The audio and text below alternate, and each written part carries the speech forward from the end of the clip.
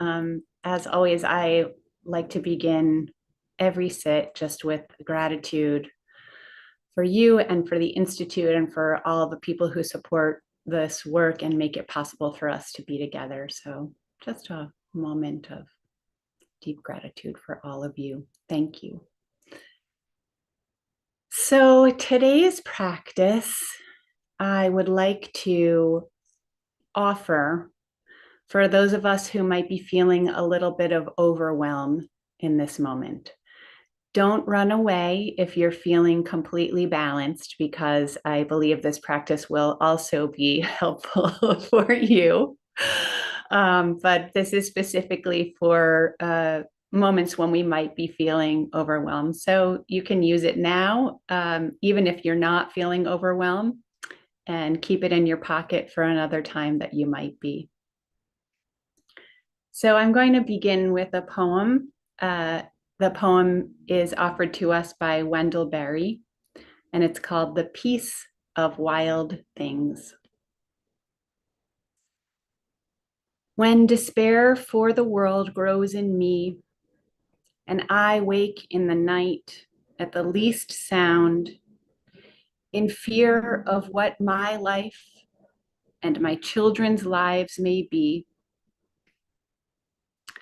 I go and lie down where the wood drake rests in his beauty on the water, and the great heron feeds. I come into the peace of wild things, who do not tax their lives with forethought of grief. I come into the presence of still water, and I feel above me the day-blind stars waiting with their light. For the time, I rest in the grace of the world and am free.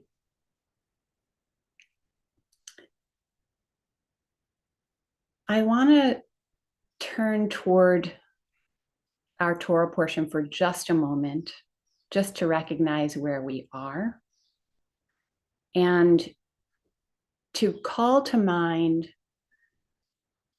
two different ways of walking in the world. We have Caleb and Joshua as one example, and we have the spies as another example. They all experienced the same thing, but came away with completely different viewpoints. And what the spies did is called catastrophizing. And it's something that we can all do when we're presented with overwhelm, with difficult situations, or just in the course of our regular lives. And so even when we have limited information or any objective reason to despair, we can create a situation of despair for ourselves, or just overreacting, especially when we're overwhelmed. And then we condemn ourselves to wandering in a wilderness that is not a productive wilderness. Okay, there are productive wildernesses for us to perhaps wander within, but when we're catastrophizing, the kind of wilderness that we're creating for ourselves is not wholesome or productive. So it occurred to me when I was thinking about these two different ways of walking in the world, that we have the spies walking in this way of perhaps really overreacting and creating something that might not even be there. And we have Caleb and Joshua having a more settled experience. I love to think about Caleb and Joshua as perhaps having a really, really robust mindfulness meditation practice that allowed them to be more present in the moment and not to react in overwhelm by creating more story of despair for themselves. So with that in mind, one thing that I'll share is that what I'm not saying is don't catastrophize. Because that would be silly. That's something that our minds do. What I am saying is notice when it's happening. Take a moment and allow yourself to rest in the practice that you have. And the more you rest in practice, perhaps the less we'll find ourselves in that mode of catastrophizing. So with that, I'm going to invite all of us to begin our practice. And you can join me in finding a comfortable and upright way to sit.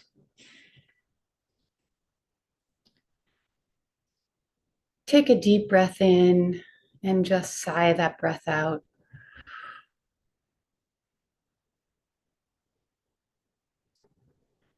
Any sense of overwhelm that you might have in the body,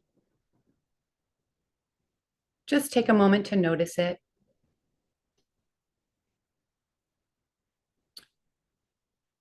And reflecting on the breath as it enters and exits. Just see how the emotions are impacting the way that you breathe in this moment.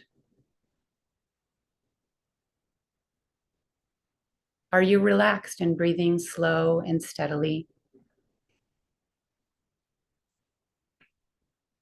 Maybe you came into meditation rushing from somewhere else, and it's taking a moment for the breath to settle.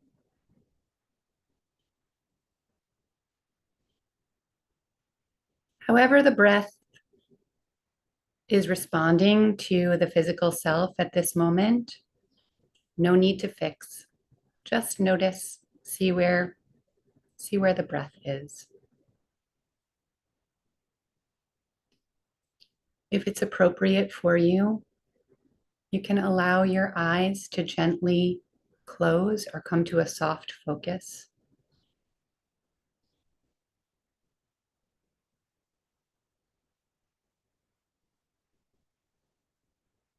And as you do so, take a moment to notice how your emotional state is interacting with your physical state.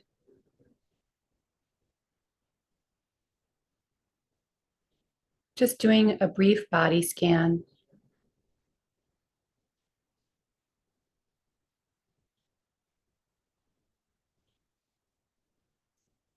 Is the body relaxed?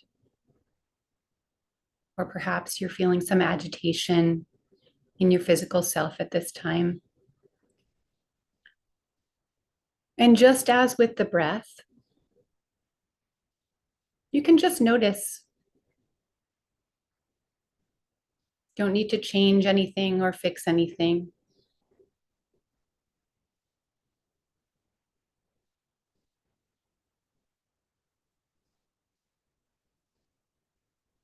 Just checking in with all the different parts of the body.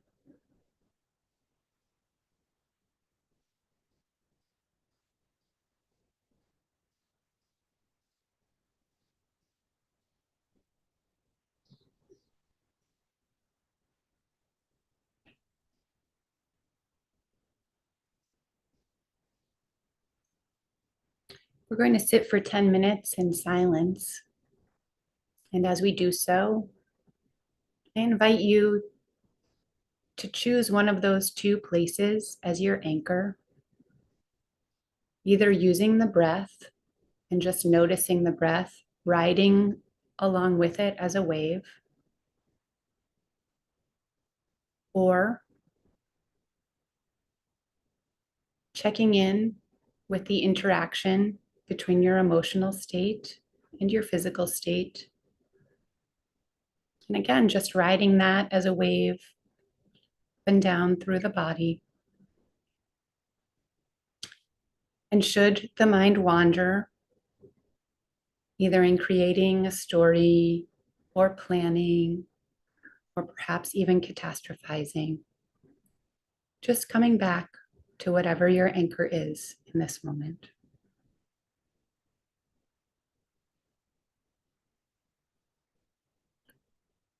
When our silent meditation is done, I'll bring us out of that with a nikun.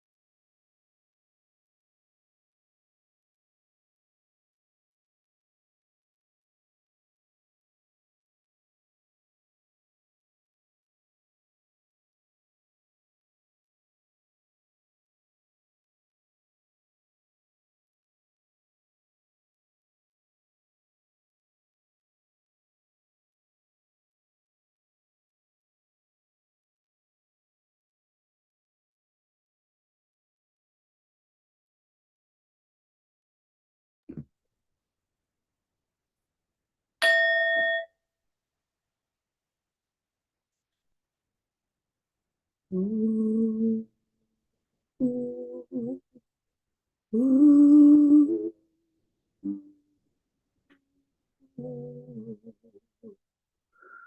ooh, ooh, ooh,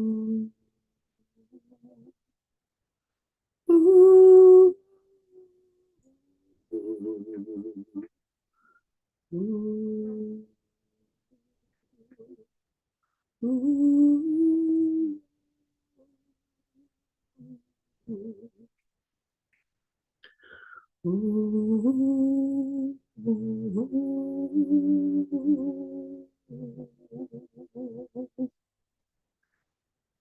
ooh.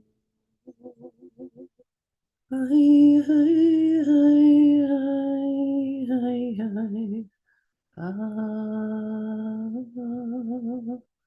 oh, ah, ah, ah,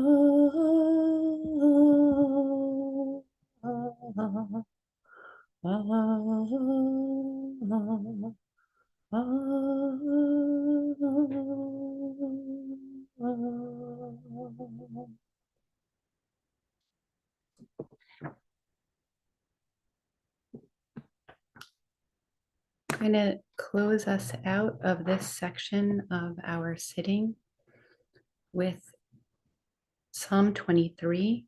This is a translation by Robert Coulter. A David Psalm.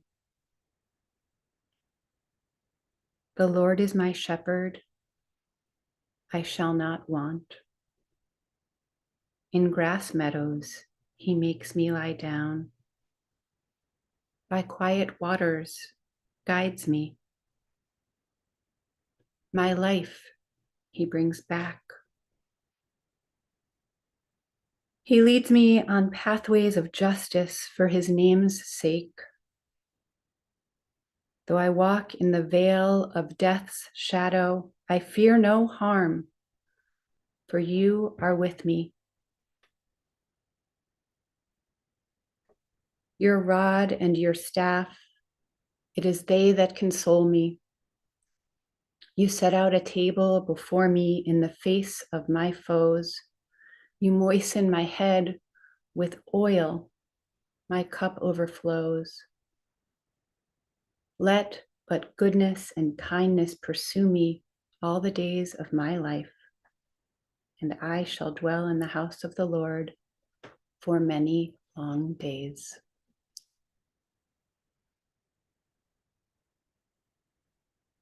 Shavua Tov, everyone. Thank you so much, Kerith, Spencer-Shapiro, doing this so beautifully again today.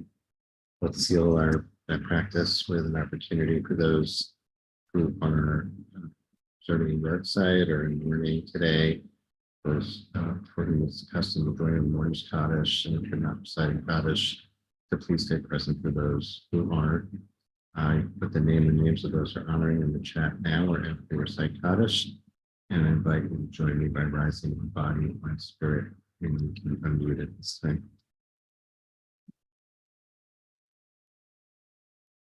Yitkadal, Yikadash, Shemel Rabbah. Yama, Tigrach, Yute, B'Lemich, Malchute. Chayechon, B'Lemechon, B'Chaye, B'Chol Beit Yisrael. Ba'agalah, B'Zman Kariv, B'Ru. Amen. Yehi Shmei Rabba Barach Leolam Amen Amen.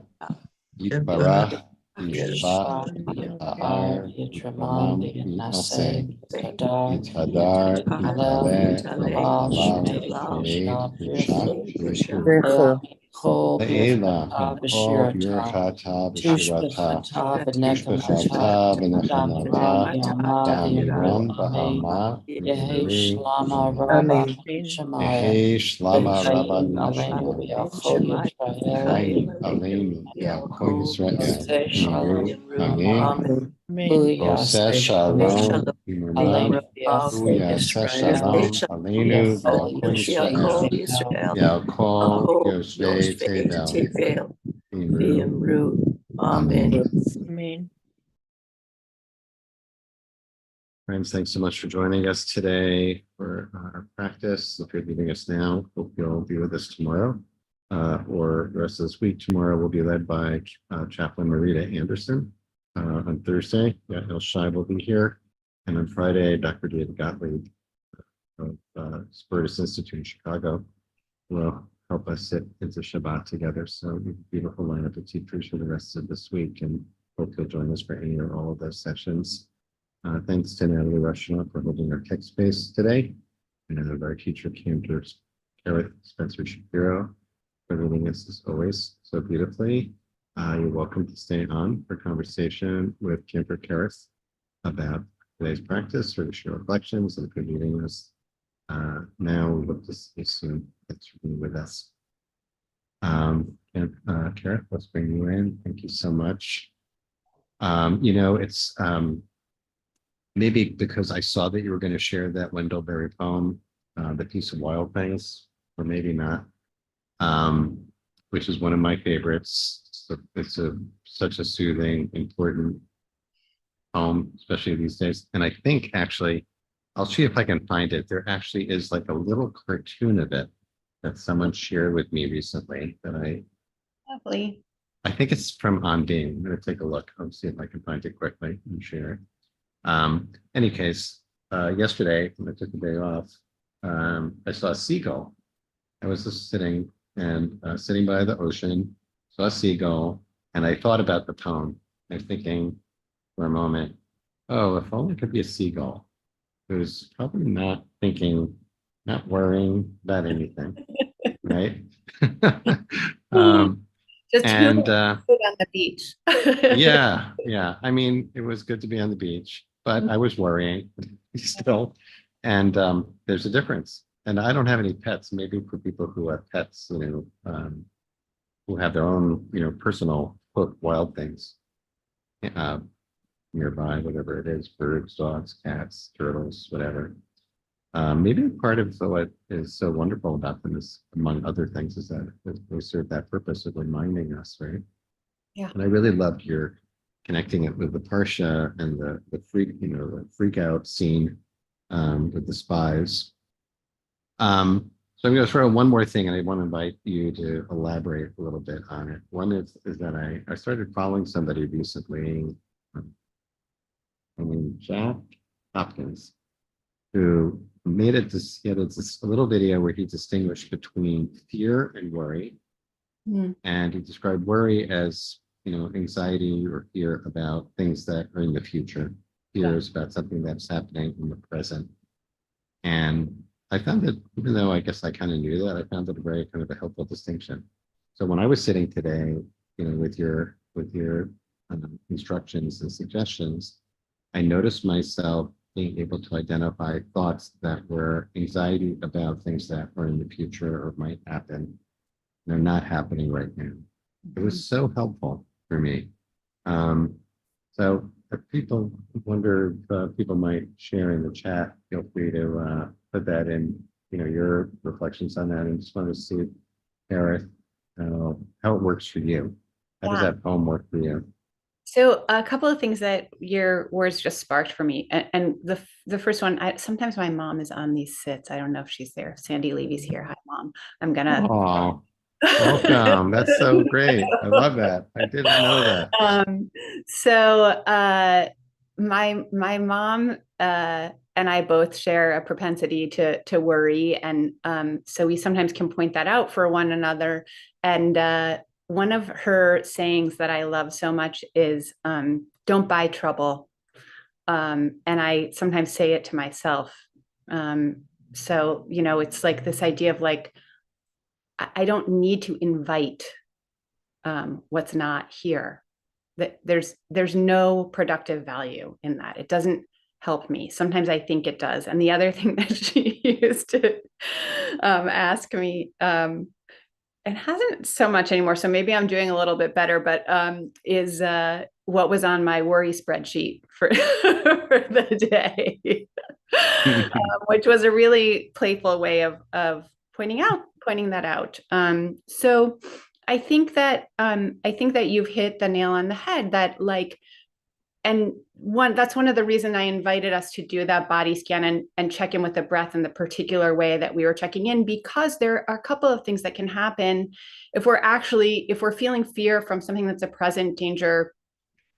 That can show up in physical ways in the body, but it also shows up in physical ways when we're having anxiety about the future. And that is why the practices can be a moment to just cool our emotional, physical space, and just notice what's happening there. And then hopefully take that into the everyday as we experience worry that creates a physical sensation within the body that replicates fear. Mm. So, of course, those two experiences are very, very much connected to one another. Mm-hmm. And when we have a present danger in front of us, the physical response actually is productive, because the adrenaline in our system allows us to move out of danger's way quickly, right? Mm-hmm.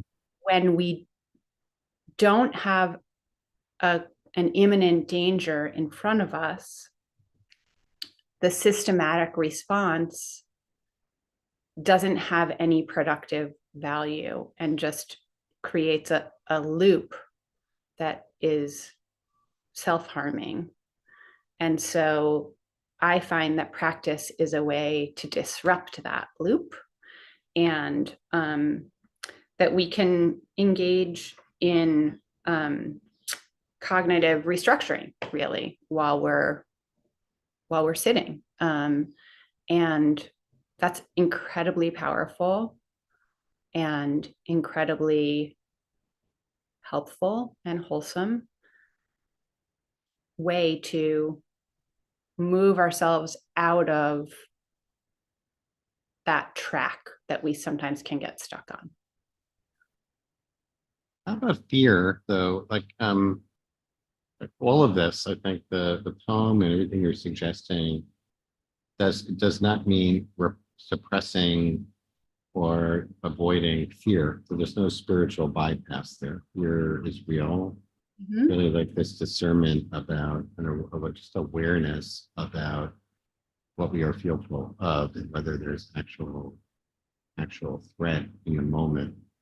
It's good that we have that fear. It's making me think about the Rebbe Nachman, Koholam Kulo Geshet Ode, the world is in no place. And the main principle, of course, his teaching is usually, well, the popular teaching is the high parlo, the bachet klal, and the main thing is not to fear at all, but actually what he teaches is shalo mitbachet, so we shouldn't frighten ourselves, or we shouldn't freak ourselves out, basically. So thank you for that. So thanks for that discernment. There's plenty to be afraid of, says. And the fear is an important part of figuring out how we respond wisely to it. Just going to turn to a couple of, lots of good stuff in the chat, including those who not seeing inside out too, by the way. Good plug there for anxiety as a new character in that.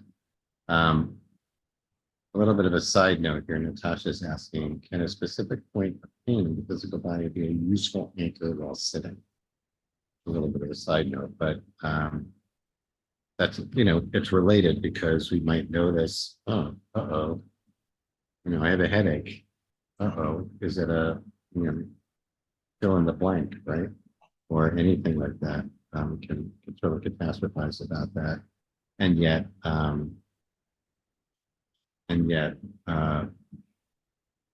do we use that? How do we work with that? Yeah. So I think it's a really great question, and I think it really depends upon the practitioner. It's certainly something you can try out and see how it works for you. especially for those of us who deal with chronic pain, and I'm a person who deals with chronic pain, that's something that's always there. So it certainly can be an anchor. Now, if the story of it tends to be harmful, then that's probably not a good anchor.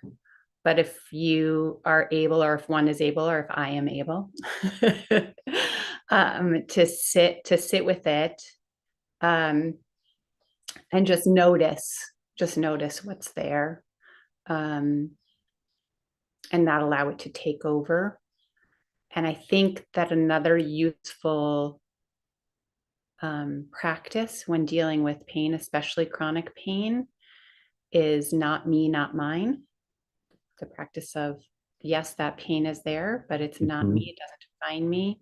Doesn't even necessarily belong to me. It's just a sensation, Mhm. even if it is something that is persistent. Interesting, because Marion in the chat was saying exactly that. I used to point at pain as an anchor. Today it became a sensation rather than a pain. Very helpful. So there you go. And also, I just want to share Pam's comment in the chat. We missed most of today's set because she was talking to an undergrad who was suffering from anxiety. Of course, I couldn't teach her much about meditation in the short time we had together, but I told her you were not your thoughts and recommended we learn more about meditation. So about that. There are anxious times where, I think, and also just raise this question too about there being kind of a sympathetic anxiety. That is like when we're in the, when even in moments when we are maybe have some relief from anxiety, when we're with others who are in a state of a lot of anxiety.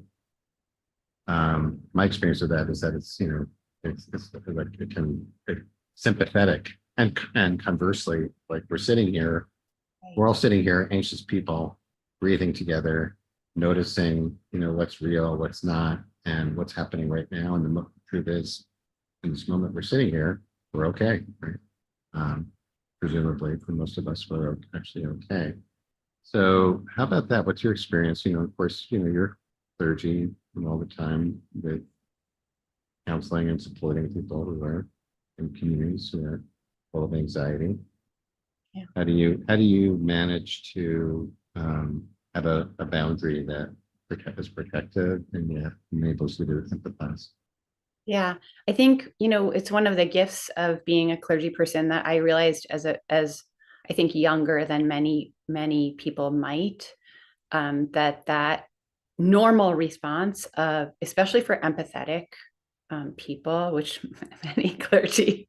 So one of the reasons why we go into what we do, that like sympathetic nervous system response, I figured out very early that was really getting in the way of doing my job, which it's so interesting because that you asked the question the way that you did, because I think if I had just noticed that it didn't feel good to me, I might not have paid as close attention to it.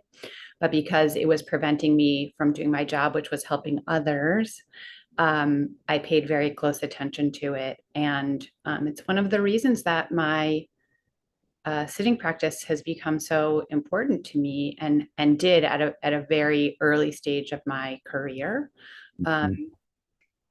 because it allows me actually to notice now in the moment when that's happening, Mhm. and not that can always fix it, but sometimes it can, because I Mhm. can just notice it and say, okay, that again, that practice of not me, not mine. I don't need to hold on to that. And actually, by bringing equanimity and a different state of being into the space, I can help the other maybe shift, but maybe not. But I don't need to raise their level Mhm. of emotional state, whatever Yeah. that, right? Absolutely. So Absolutely. Yeah. And I mean, I created for myself some rituals even to Oh um yeah, let's hear. so visiting hospitals used to be really tough for me at the beginning of my career. Now it's I find it's one of the most beautiful things that I do. But I do a ritual of hand washing before I go into the hospital and after I leave, and imagine that I have like a bubble of safety around myself. Um, so that's really helpful for me. I also when I when I I'm giving away trade secret now that Like, that it's just hopefully between, it's just us. just We're us. just chatting here. Hopefully people will take well. In my office, I have Shaviti Adonai Lenegdi Tamid sitting like um, above where another person might sit. So when there are moments that the person sitting across from me is presenting as neged, as oppositional, that I look at that to remind myself that while they may be presenting oppositionally toward me, that is God right there. And so that I do not respond oppositionally. Mm. So it's just a little reminder for myself. It does not happen it does not, it happens very, very infrequently. Well, you know, I just think we have to wrap up because we're at time, but I think it's extremely, thanks for sharing with both of those. I think it just points to every religious practice, the religious, you know, ritual practice or spiritual practice we have serves exactly that function, right? Of being mindful, of saying, oh, I'm putting myself in a position where it's likely I'm going to feel unsettled, unsafe, whatever. I'm going to remind myself I'm safe, I'm okay. Right? I'm going to put myself in a position where I'm going to have judgments about this person. I'm going to remind myself that your hey Bob is before me constantly. And that's what we're doing here every day. So I want to thank you, Kerith, because you have been such a beautiful light for us throughout all these years now. People are asking if you can put in the chat, by the way, where people can follow you on social media, because especially I think Instagram is where you're posting these short practices, which have been great. And also, Natalie, if you have Kerith's current website, put that in again. And I put in the chat while we were chatting, a link to that cartoon, which is from On Being of the poem. And also, I didn't know this. And maybe did you know this? Chava Morel has some musical version of it. I didn't, and I'm gonna go Yeah. look it up right now. Yeah. So how about that? All right. So two wonderful resources people can use to take this along with the poem and the Psalm 23 today. So many thanks to you as always, Kerith, and to Natalie for holding our space, each of you for being here. Look forward to seeing you tomorrow with Marita Anderson. Many blessings, everyone. Be safe and